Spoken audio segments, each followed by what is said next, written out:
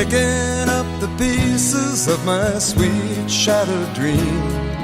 I wonder how the old folks are tonight. Her name was Anne, and I'll be damned if I recall her face. She left me not knowing what to do. Carefree highway, let me slip away on you. Carefree highway, you've seen better days, the morning after blues, from my head down to my shoes. Carefree highway, let me slip away on you.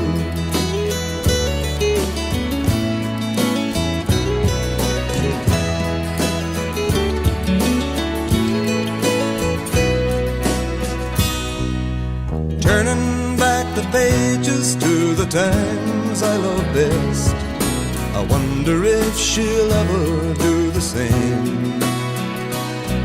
Now the thing that I call living is just being satisfied with knowing I got no one left to blame. Carefree highway, I got to see you, my old flame. Carefree highway, seen better days, the morning after blues, from my head down to my shoes. Carefree highway, let me slip away on you.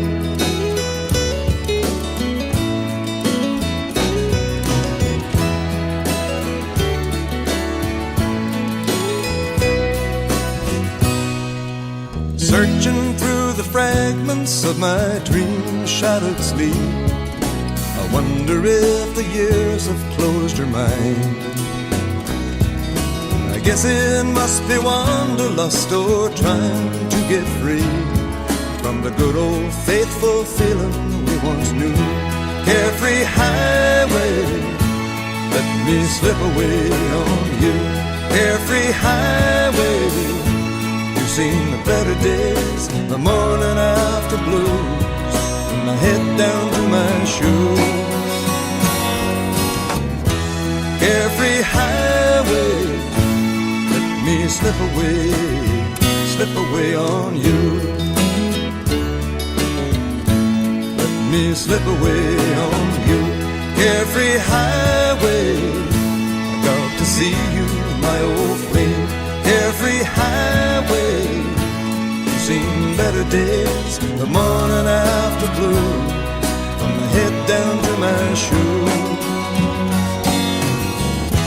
Carefree highway, let me slip away on you.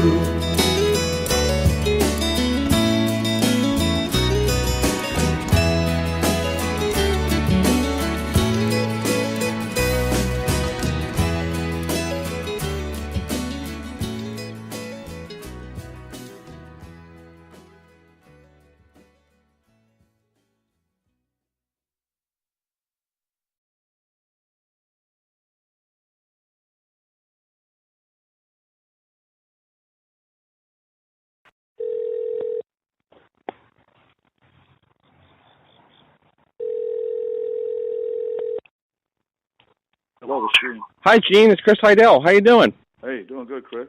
How's everything going down there? How's the weather?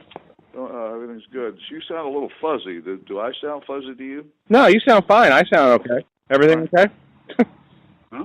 Yeah, it's probably, I have good cell. I think my cell phone's fine. Okay, Hope so. right. I'm doing my show tonight, hopefully. Yeah. I hear you. Yeah. All right, you ready? Yeah.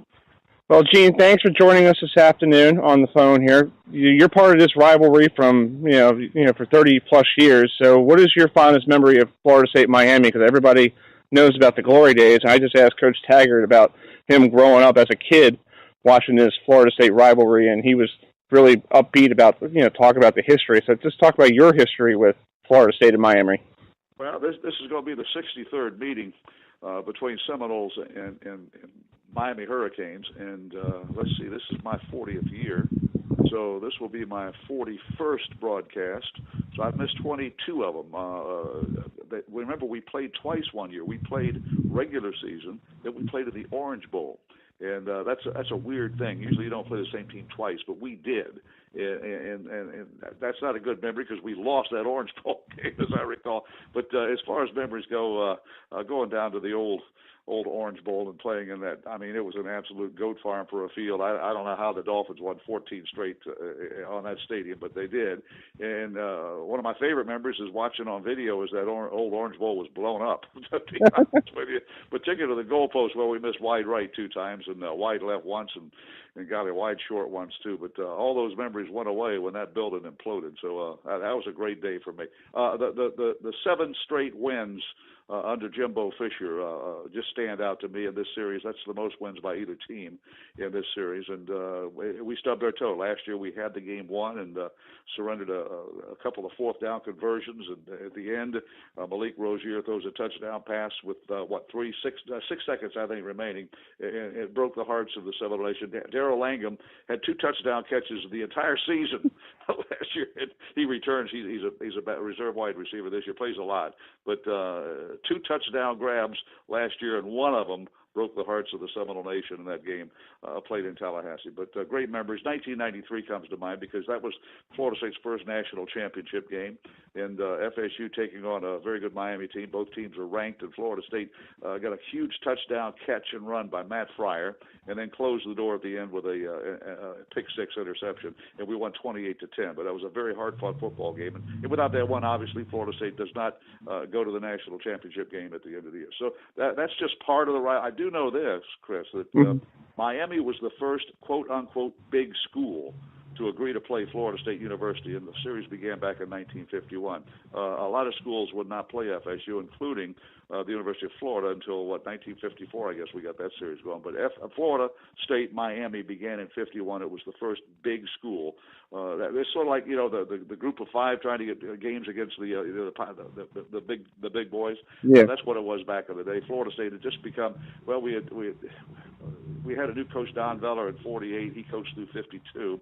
And he took us sort of big time. And what Don Veller told the school when they gave him the job was, I'll recruit players to play, I'll the team, but I'm not going to coach when you start giving out scholarships. And so we started giving out scholarships at 53, and Don became the full-time golf coach and retired as a Florida State golf coach and has passed on. But that series goes back to when Don Veller was the head coach, and they agreed to play. Florida State agreed to play Miami, or vice versa. Yeah, and 2 years ago, down where the Marlins used to play, Florida State needed a big field goal block by Walker to seal that win because Brad Kayat just went down the field and scored that touchdown, right? Yeah, Brad Kaya, boy, he had a wonderful career in Miami. He and Gino Torretta and Vinny Testaverde and the who's who of quarterbacks out of the University of Miami. One of the reasons why Miami was the most dominating football team in the 80s. Howard Schnellenberger got that thing going when they won their first championship in '83, and they kept it going with Jimmy Johnson and Dennis Erickson and Ed Coker and golly, and the Randy Shannon came on and Al Golden, and now they got Mark Richt. And Mark has done a heck of a job. But this has been a great series, Florida State Miami. It is rivalry week. I remember, Chris, when I used to fly on the Buccaneer team charter this week, a lot of noise from Warren Sapp, and Derek Brooks would always say, "Hey, Gene, I'll take care of Sapp." But Sapp would always tell me, "They're going, we're going to beat you, boy. We're going to beat you. We're going to beat you." And Sapp's bigger than me, so I couldn't tell him to shut up, but Derek did. That's funny. That's always great to have two former Florida State and Miami players on the Bucs roster, and during they're both in the Hall of Fame too. How about that? Yeah, and you have rivalry week, so those two. Well, by the way, that block, there was not a blocked field goal. Kaya brought him down the field. They scored the touchdown. It would have been the tying point after touchdown. Right. And yeah, the extra point. Yeah, it was blocked. And we've had the wide rights, we've had the wide lefts, we've had the wide shorts, and one Miami lost in Tallahassee because the snap dribbled up to what would have been a tying field goal, probably gone to overtime, and Miami probably would have won. So that's wide snap one. And this one 2 years ago down at Hard Rock Stadium, that's wide block one. Okay, we got a lot of wides involved in this series. Exactly. Well, this year Miami has a very good defense. they got a quarterback in Perry that just came out of the woodwork because Rozier kind of struggled, and Mark Richt got tired of Rozier and had to put Perry in because everybody down there wanted Perry. So what do you see getting ready for this game with Perry under center and also that great Miami defense? It seems like one of those old defenses that Miami used to have years ago. Well, Miami had not won 10 games in a season since 2003, and the quarterback that helped win those 10 games last year is Malik Rozier. He threw a winning touchdown pass against Florida State, as I mentioned a little earlier, and he seemed to find a way to win games. They stubbed their toe after beginning the season unbeaten. They lost their last 3, including a loss to Wisconsin. You look at the final stats and you say, good golly, Miami's in those games, in all of those games, but Wisconsin sort of wore down the Hurricanes. And then they start out with a loss to LSU. They lost 4 in a row before righting the ship. And I was a little shocked that N'Kosi Perry became the starting quarterback in his first collegiate start. Now, hey, he's got the job now because they won. They beat, good golly, they took North Carolina out to the woodshed, beat them 47-10, I believe, was the final score in that ball game. But it wasn't all the quarterback. You look at Perry's numbers, don't just jump right out at you. I mean, he completed, I think it's only like 12 or 14 passes. But the defense is winning football games. Well, good golly, they lead the nation in third down defense on third down. 17%. I don't even think the great Miami teams under Jimmy Johnson and Dennis Erickson had a third down conversion defensive stat of 17.1%. They are among the national leaders in taking the ball away. They love showing off that turnover chain, and all I know is they've won that thing 12 times this year, including 4 in that Thursday night debacle that Carolina came in and just got blown out. And as a result of the way Miami is playing at home, the way their defense is dominating, Florida State is last time I saw a double-digit underdog against the Miami Hurricanes. But this is a rivalry game, remember, and sometimes those underdogs seem to get fired up and come back. Noles are coming off an impressive win, albeit it was one of those lucky things. Louisville throws on first down late in the game with a lead, and it's picked off, and that sparked the Noles to a come-from-behind win with about a minute to go.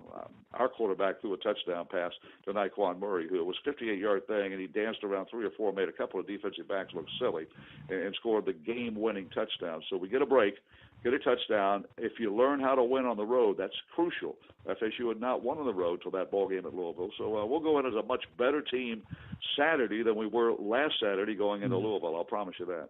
Yeah, and plus on top of that, do you think Francois, does he look different this year? I know he's coming off the ACL injury, and when people have knee, like Joe Flacco, you do a lot of the NFL stuff. When you have the ACL and you have that brace on, do you see a difference in him, or do you just? Well, I think maybe a little tentative. I'd hate to put that label on a player because I'm not sure. I'm not down there. I'm not in the huddle. I'm not in the locker room. I'm not in the team meetings. But he looked a little unsure on that Monday night game. But then again, it could be he's back for the first time in over a year. It's a nationally televised game on Labor Day Monday night. It's like Monday Night Football. It's the only game in town. Right. So that has a lot to do with the psyche of a quarterback. But it looked like his confidence came back last week. Let's put numbers in perspective. He's thrown 1,300 plus yards, and he has thrown for more yards than any other quarterback in the ACC at the moment, and that's about number 13 or 14 of the country. So if there was a doubt about DeAndre Francois being a great quarterback, I think that's gone away because the way he engineered 4 touchdown passes, no interceptions, third down conversions could get a little bit better and make the head coach a little happier and get fans to stop scratching their head. But DeAndre Francois was Rookie of the Year 2 years ago.